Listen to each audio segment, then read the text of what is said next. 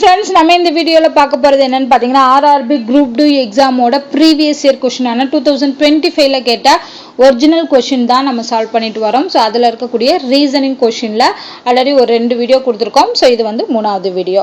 First பாருங்க, கொடுக்கப்பட்ட தொடரில் கேள்விக்குறிக்கு பதிலாக என்ன வர வேண்டும். அதாவது ஆல்பபெட்டிக்கல் ஆர்டர்ல கொடுத்திருக்காங்க. இது எப்படி வருது அப்படின்னு பார்க்கணும். ஃபர்ஸ்ட் SIF எப்படி வந்திருக்குன்னு பாருங்க. S இங்க இருக்கு, I இங்க இருக்கு, F இங்க இருக்கு. ஓகேவா? சோ S க்கும் I க்கும் நடுவுல பாருங்க 1 2 3 4 5 6 7 8 9 என்னது ஆல்பபெட்ஸ் இருக்கு. I க்கும் F க்கும் இடையில 2. ஓகேவா? சோ அதே மாதிரி மத்ததுல பாருங்க, S ல இருந்து Q க்கு வந்திருக்கு. S ல இருந்து 1 விட்டு Q. அதே மாதிரி Q ல இருந்து 1 விட்டு O வருதா, அடுத்ததுல வருது. அடுத்து O ல இருந்து 1 விட்டு M வருதா, வருது.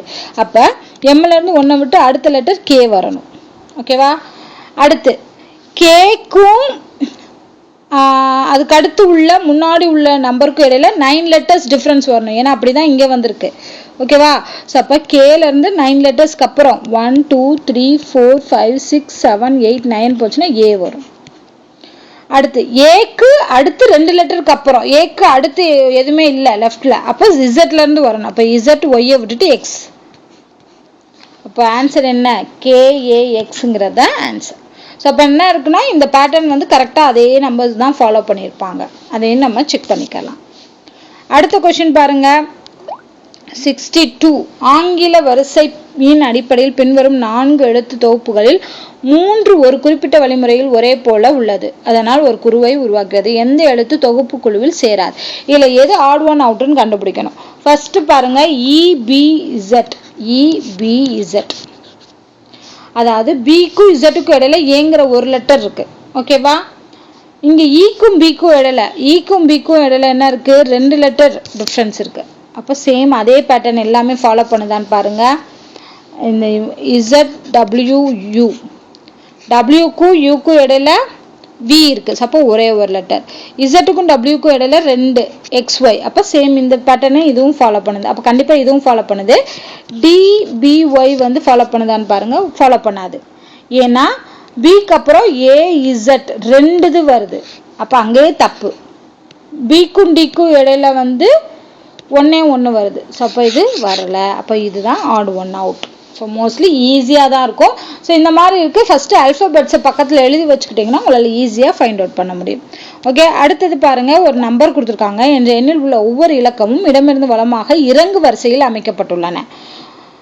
அசல் எண்ணுடன் ஒப்பிடும்போது எத்தனை இலக்கங்களின் நிலைகள் மாறாமல் இருக்கு. அதாவது இந்த நம்பர்ஸை ஃபர்ஸ்ட் எழுதிக்கணும். எழுதிட்டு இடமிருந்து வலமாக, அதாவது லெஃப்ட்ல இருந்து ரைட் வரைக்கும் நம்ம என்ன வரணும்னா இறங்கு வரிசையில இந்த நம்பர்ஸை எழுதணும். இறங்கு வரிசைனா என்ன? பெரிய நம்பர்ல இருந்து சின்ன நம்பர். ஸோ 9 8 அதுக்கப்புறம் 6 அதுக்கப்புறம் 5 4 3 2 1. இப்போ பழசுக்கும் புதுசுக்கும் எந்த நம்பர் வந்து சேஞ்சே ஆகலை அப்படிங்கிறத கண்டுபிடிக்கணும். 6 6 அப்படியே இருக்கு, 2 2 அப்படியே இருக்கு, மற்றது எல்லாமே மாறி இருக்கு. அப்போ எத்தனை டிஜிட்ஸ் வந்து மாறாம இருக்குன்னா 2 டிஜிட்ஸ். ஆன்சர் இதுக்கு 2. அடுத்த கொஸ்டின் பாருங்க, 60 நபர்கள் ஒரு கிடை வரிசையில், அதாவது ஒரு parallel லைன்ல வடக்கு திசை நோக்கி நிக்கிறாங்க. வடக்கு திசைனா என்ன? மேல பார்த்து. ஓகேவா? ஸோ 60 மெம்பர்ஸ் இருக்காங்க. இப்ப மயங்க் அப்படிங்கிறவர் வலது முனையிலிருந்து 13வது இடத்துல இருக்கிறாரு மயங்க். மேலும் கிஷான் இடது முனையில இருந்து 18வது இடத்துல இருக்காரு கிஷான். அப்படின்னா மயங்க் மற்றும் கிஷானுக்கு இடையே எத்தனை நபர்கள் இருக்காங்க? ஸோ நல்லா பார்த்துக்கோங்க, மொத்தம் 60 பேர் நிற்கிறாங்க. ஸோ மயங்க் என்ன பண்ணுறாருன்னா 13வது, அதாவது ரைட்ல இருந்து 13வது பொசிஷன்ல இருக்காரு. அப்படின்னா லெஃப்ட்ல இருந்து எத்தனாவது பொசிஷன்ல இருப்பாரு? எப்படி கால்குலேட் பண்ண? ஆல்ரெடி 60 பேர், 60ல் 13 கழிங்க. 60ல் 13 கழிச்சோம்னா 47. ஸோ அப்போ மயங்க் வந்து லெஃப்ட்ல இருந்து பார்க்கும்போது 47வது பொசிஷன்ல இருப்பாரு. ஓகேவா? 13 கழிச்சிட்டோம்னா, அதாவது மயங்கோட லெஃப்ட்ல 47 பேர் இருப்பாங்க. இந்த 47 பேர்ல தான் கிருஷ்ணா இருக்கு, அதாவது கிஷான் வந்து இருக்காரு. ஏன்னா கிருஷ்ணான் வந்து லெஃப்ட்ல இருந்து 18வது இடத்துல இருக்காரு. அப்ப 47ல இருந்து 18 கழிச்சோம் அப்படின்னா 29. அப்போது இந்த கிஷானுக்கும் இங்கே இருக்கிற மயங் அப்படிங்கிறவங்களுக்கும் இடையில எத்தனை பேர் இருப்பாங்க? 29 பேர் இருப்பாங்க. புரியுதா உங்களுக்கு? ஒருத்தரோட பொசிஷனையே நம்ம லெஃப்ட் அண்ட் ரைட் கண்டுபிடிச்சிட்டு அந்த லெஃப்ட்லயே, ஏன்னா மயங்கும் லெஃப்ட்ல தான் வர்றாரு, சாரி கிஷானும் லெஃப்ட்ல தான் வர்றாரு. ஸோ கிஷானோட பிளேஸை நம்ம என்ன பண்றோம்? சப்ராக்ட் பண்ணும்போது நமக்கு என்ன கிடைச்சிருது? மயங்கும் கிஷானுக்கு இடையே இருக்கக்கூடிய நபர்களோட எண்ணிக்கை கிடைச்சிது. So answer 29. அடுத்து பாருங்க, ஒரு சர்க்குலர் வச்சுதான் இதுவும் கேட்டிருக்காங்க. இதில் எத்தனை பேர் இருக்காங்க? 1 2 3 4 5 6 7 பேர். ஸோ அப்போ ஃபர்ஸ்ட் நம்ம என்ன பண்ணணும்? 7 பேர் கூடிய பொசிஷனை போட்டுருங்க. 1 2 எல்லாருமே சென்டரை நோக்கி தான் அமைஞ்சிருக்காங்க. ஸோ 3 4 5 6 7 ஆப்போசிட்டாக போடும்போது நமக்கு ஈஸியாக இருக்கும். அதுக்காக தான் சி என்பவர் ஆரின் உடனடி வலதுபுறத்தில் அமர்ந்துள்ளார். அடுத்து சியை வச்சு இன்னொன்னு சொல்லியிருக்காங்க. ஸோ அப்போ நம்ம என்ன பண்ணலாம்? இந்த கண்டிஷனையே எடுத்து செய்யலாம். சி என்பவர் ஆரின் உடனடி வலதுபுறம். நான் இப்போ என்ன பண்ணேன்னா ஆரை தூக்கி எங்கே வேணாலும் போட்டுக்கரலாம். ஆனால் அவரோட உடனடி வலதுபுறத்தில் இமீடியட் ரைட்டில் சி இருக்கணும். அவ்வளோதான். ஸோ இப்போ நான் ஆரை இங்கே போடுறேன்னு வச்சுக்கோங்க. இல்லை இங்கே போடுறேன். ஓகே, ஆரை நான் இங்கே போடுறேன்னு வச்சுக்கோங்க. ஆரோட இமீடியட் ரைட்னா இது. ஸோ இதில் சி இருப்பாங்க. ஸோ இந்த பொசிஷன் ஆர் எங்கே வந்தாலும் ஆரோட இமீடியட் ரைட்டில் சி இருக்கும். இப்போ சியோட இடதுபுறத்தில் இருந்து எண்ணும் போது சிஎன் டிக்கு இடையில் 3 நபர்கள் மட்டுமே அமர்ந்துள்ளன. இப்போ சியோட இடதுபுறம்னா கீழே. ஸோ 1 2 3. அப்போ டி எங்கே வரும்? இங்கே வரும். ஓகேவா? 3 பேர் நடுவில் இருக்காங்க.